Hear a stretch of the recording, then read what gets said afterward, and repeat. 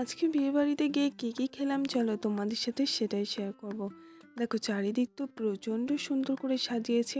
আর আমরা এসে ফাঁকা ছিল জায়গাটা, তো সেইখানে তাড়াতাড়ি খেতে বসে গিয়েছিলাম।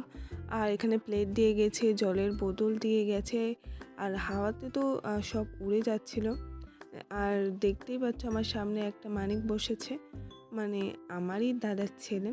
তারপরে এখানে দিয়ে গেল এগ ডেভিল, আর দিয়ে গেছে কাসুন্দি, তার সাথে দিয়ে গেছে স্যালাড। তো এটা দিয়ে তো প্রথমে খেলাম, তারপরে দিয়ে গেছে ভাত, মাছের মাথা দিয়ে ডাল, আর দিয়ে গেছে বেগুনি। খুবই টেস্টি ছিল ডালটা, আর বেগুনিটাও খুবই টেস্টি ছিল। আর এখানে একটু মানে ধীরে সুস্থে খেতে পাচ্ছি, কারণ দেরি করে করেই সব কিছু দিচ্ছি। তারপরে কাতলা মাছের কালিয়া, আর তারপরে আবারও ডাল দিয়ে গেছে। ডালটা তো প্রচণ্ড টেস্টি হয়েছে। তারপরে এখানে দিয়ে গেছে মাটন কষা। মাটনটা তো খুবই রেয়াজি ছিল।